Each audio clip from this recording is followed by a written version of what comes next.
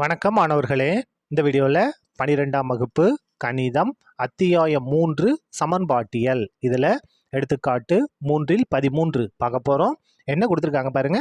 PQR ஆகியவை விகிதமுறு எண்கள் எனில் x² minus 2px plus p² minus q² plus 2qr minus r² = 0 எனும் சமன்பாட்டின் மூலங்கள் விகிதமுறு எண்கள் ஆகும். விகிதமுறு எண்கள் நம்ம இது பண்ணு எது இந்த சமன்பாட்டோட மூலங்கள் விகிதமுறு எண்களாக இருக்கும்னு நம்ம நிரூபிக்கணும். சரியா? கொடுத்து இந்த சமன்பாட்டை எடுத்து எழுதிட்டோம். இந்த சமன்பாட்டிலிருந்து தன்மை காட்டி நம்ம கண்டுபிடிக்கிறதுக்கு ஏபிசி மதிப்புகள் நமக்கு வேணும். ஏன்றது x² கெழு 1, பின்னா எக்ஸோட கெழுங்க பாருங்க. இது 1 தான் எக்ஸ் உறுப்பு. அப்போ எக்ஸோட கெழு மைனஸ் 2p. மிச்சம் இருக்கிறது எல்லாமே மாறிலி தான். பாருங்க, இது எல்லாமே மாறிலி தான். அப்படி எழுதிடலாமா? p² minus q² plus 2qr minus r². மூலங்களின் தன்மை காட்டி ஃபார்முலா என்ன? del = b² minus 4ac. இந்த ஃபார்முலா நம்ம 10ஆம் வகுப்புல படிச்சிருப்போம். அப்படியே பிரதியிடுங்க. பிக்கு பதிலாக என்ன இருக்குது? Minus 2p. ஆனால் இங்கே அடுக்கு 2 இருக்குது, அது அப்படியே வந்துடும். Minus 4a. ஏக்கு பதிலாக 1. அதுக்கடுத்து சிக்கு பதிலாக என்ன இருக்குது பாருங்கள். p² minus q² plus 2qr minus r² equal to minus 2 square பண்ணால் ப்ளஸ் 4, p² பண்ணால் p². அதுக்கடுத்து பாருங்கள், 1 4 பெருக்குனா 4. அப்போ மைனஸ் 4. இந்த மைனஸ் 4 உள்ளே பெருக்க போகிறோம். மைனஸ் 4ஐயும் p² பெருக்குனா மைனஸ் 4p². மைனஸையும் மைனஸ் பெருக்குனா ப்ளஸ்ஸு, 4ஐயும் q² பெருக்குனா 4q². மைனஸையும் ப்ளஸ்ஸையும் பெருக்குனா மைனஸு, 4 2 8qr. அதுக்கடுத்து பாருங்கள், மைனஸை மைனஸும் பெருக்குனா ப்ளஸ்ஸு, 4ஐயும் r² பெருக்குனா 4r². இப்போ பாருங்கள், plus 4p² minus 4p² cancel equal to, இப்போ இதுலேருந்து நம்ம 4 பொதுவாக வெளியே எடுத்துருவோமா? 4 பொதுவாக எடுத்துட்டோம்னா இந்த இடத்துல என்ன வரும்?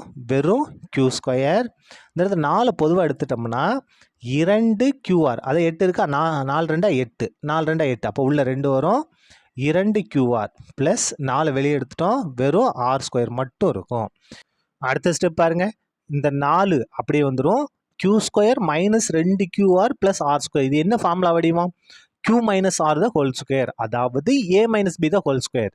ஏக்கு பதிலாக q, பிக்கு பதிலாக r இருக்குது. அவ்வளோதான் வித்தியாசம். அப்போ இதை நம்ம இந்த ஃபார்முலா வடிவத்துக்கு மாற்றி எழுதலாம். இன்னொரு ஸ்டெப் பாருங்கள். Equal to 2 into q minus r எல்லாத்துக்கும் சேர்த்து அடுக்கு 2. அதாவது இது நம்ம எப்படி எழுதலாம்? 4 2 ஸ்கொயர்னு எழுதலாம். எல்லாத்தையும் சேர்த்து நம்ம ஸ்கொயர் போட்டோம். என்பது முழு வர்க்கம் ஆகும். முழு வர்க்கம் ஆகும். ஸ்கொயர் இருக்கு இல்லையா? அதனால் இது வந்து முழு வர்க்கம் ஆகும். முழு வர்க்கமாக இருக்கிறதுனால இதனுடைய தீர்வுகள் மூலங்கள் என்னவாக தான் இருக்கும்? விகிதமுறு எண்களாகத்தான் இருக்கும். தேர்ஃபோர் சமன்பாட்டின்